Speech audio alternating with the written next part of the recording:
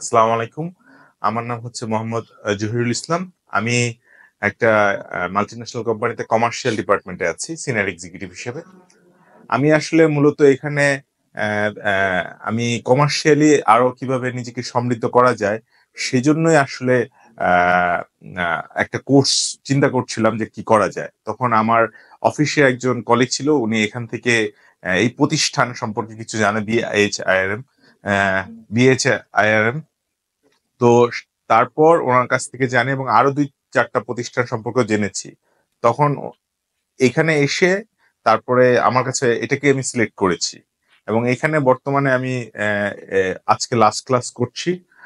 তো এখান থেকে আমি অনেক কিছু জিনিস শিখেছি, যেমন নট অনলি কমার্শিয়াল কনসেপ্ট, এছাড়াও ইনভেন্টরি, সাপ্লাই চেন, পারচেস।